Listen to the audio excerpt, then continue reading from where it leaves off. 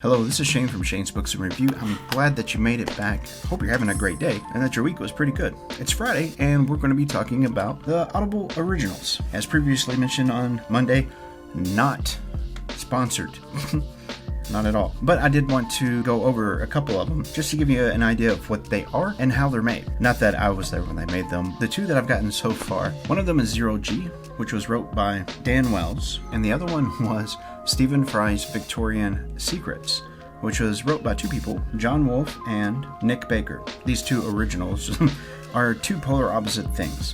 One, Zero G, is a story about a kid in space, etc., and Stephen Fry's Victorian Secrets is kind of like a 12-part dramatized docu-series on the Victorian era and some of the mental attitudes, the way that society was. They're both uniquely interesting in their own rights, their own ways. Stephen Fry's rendition, it's really well done, of course. Anything that I see him in or whatever, I like him in. I'm sure you guys and gals might have somebody like that. If you do, tell me who it is. I'm curious. In that, there's parts where it's like he's doing interview of people from that era, which is kind of unique because, you know, they're long dead. And other points of voice acting, but he's acting like he's part of the story. And it's really uniquely done. The production value in the Audible original that Stephen Fry is in is really high. It took a lot of time. It took a lot of effort on a lot of people, I'm sure. There's music cues here and there, and they're not overly done. The music is appropriate. It's that underlayer of music. It's not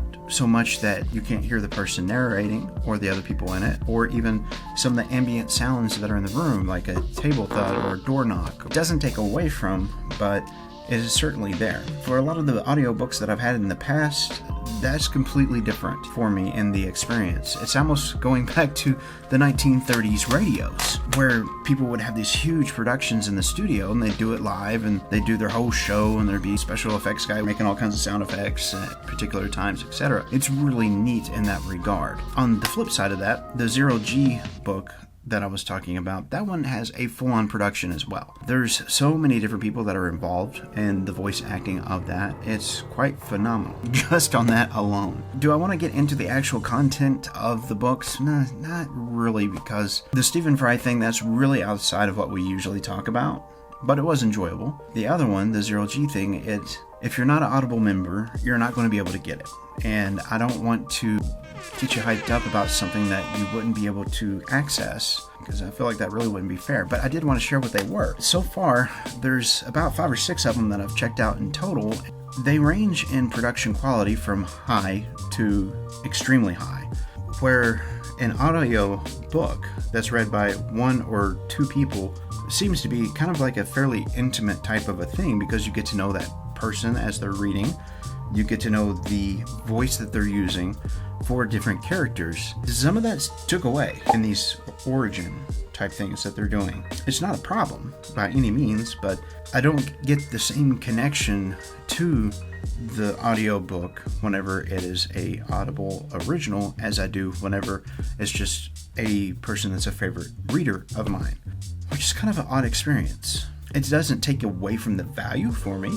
In fact, Stephen Fry's Victorian thing is probably one of the more favorite things that I've listened to here recently because of production quality. But on the same token, there's been other things that I've listened to that he's done, which I mentioned I was going to go back and listen to the Sherlock stuff that Stephen Fry had released. I fulfilled that, and I really wish that was the way that I had been introduced to Sherlock. I really do. It's such a value add to getting to know that whole story arc and all the little short stories, etc. It was really well done. It's incredibly long, and yeah, it would be. He knows that material in ways that other people that would be reading it might not, and he's a really good entertainer, so well done. I don't have the same connection or the same feeling towards the Audible original that he was in. Yes, it was highly entertaining, but it wasn't just his voice, and it wasn't him portraying the different characters and the different tempos and voice for different things, and that's sort of a deal. If you happen to have Audible, it's certainly something to check out. I know that whenever they had this whole startup with the libraries, whenever they started changing the app a little bit, there wasn't things that would count against you if you got multiple ones of them, and you could subscribe to a bunch of different channels. That was kind of enjoyable. I liked that quite a bit. I could tune into one of the channels for sci-fi and listen to 15 or 16 short stories in the course of 2 days. Whereas this is something completely different. So I guess that there's different places and different things that could fit into for different people. Now the question remains, have you checked out an Audible original? If you have, I would like to know what you think about it and see if maybe some of the things I haven't voiced here are some of the things that you've picked up on as well. Let me know down there. You know where it's at. Till then, I hope that you have a great weekend, and I'll see you Monday.